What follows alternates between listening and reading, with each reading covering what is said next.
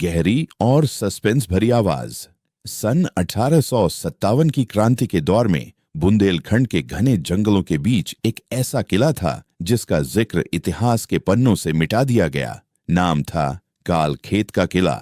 लोग कहते हैं कि इस किले की दीवारों में आज भी उस रात की चीखें दफन हैं जब एक पूरा शाही काफिला रहस्यमयी तरीके से गायब हो गया था। इतिहासकार विक्रम इसी राज को सुलझाने उस खंडहर में पहुंचा। शाम ढल रही थी और आसमान का रंग खून की तरह लाल हो चुका था। विक्रम उत्सुकता और थोड़ी घबराहट में।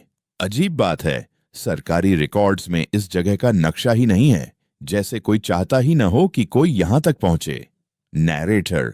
तभी झाड़ियों के पीछे से एक भारी आवाज आई। वह किले का पुराना रखवाला था, जिसकी उम्र का अंदाजा लगाना नामुमकिन था। रखवाला, भारी और डरावनी आवाज।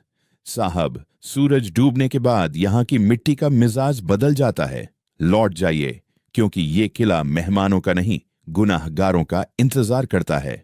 नैरेटर। विक्रम ने चेतावनी अनसुनी कर दी और भारी दरवाजे को धकेलकर अंदर दाखिल हुआ। अंदर जाते ही उसे अजीब सी महक आई, पुरानी किताबों और चमेली के तेल की मिलीजुली गंध।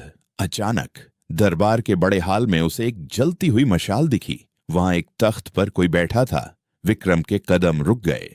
वह एक औरत थी जिसने राजसी पोशाक पहनी थी, लेकिन उसका चेहरा धुंधला था। विक्रम, आप कौन हैं? क्या आप यहां रहती हैं? नैरेटर। उस औरत ने अपनी गर्दन मोड़ी। उसकी आवाज में एक अजीब सा ठहराव था, जैसे सदियों की थकान हो। राजकुमारी। धीमी और मखमली आवाज। इंतजार बहुत लंबा होता है विक्रम। क्या तुम मेरा संदेश लेकर बाहर जाओगे? नैरेटर। विक्रम के पसीने छूटने लगे। उसने देखा कि उस औरत के पैर जमीन से कुछ इंच ऊपर थे। वह कोई इंसान नहीं, बल्कि एक रूह थी जो वक्त के जाल में फंसी थी। उसने विक्रम की ओर एक पुराना ताम्रपत्र, कॉपर प्लेट, बढ़ाया। राजकुमारी, इस पर वो नाम लिखे हैं जिन्होंने गद्दारी की थी। जब तक ये सच दुनिया के सामने नहीं आता, मेरी आत्मा इसी मलबे में कैद रहेगी। नैरेटर। अचानक पूरे किले में हजारों सैनिकों के मार्च करने की आवाज गूंजने लगी। विक्रम को एहसास हुआ कि वह अकेला नहीं है। उसके चारों तरफ एक अदृश्य सेना खड़ी थी। वह डर के मारे पीछे हटा और भागने लगा। पीछे से रखवाले की हंसी सुनाई दी। रखवाला, अब बहुत देर हो चुकी है साहब। जो सच जान लेता है वो किले का हिस्सा बन जाता है। नैरेटर। अगली सुबह गांव वालों को किले के बाहर सिर्फ विक्रम का कैमरा मिला। उसमें आखिरी तस्वीर उसी ताम्रपत्र की थी, लेकिन उस पर लिखे नाम विक्रम के अपने पूर्वजों के थे।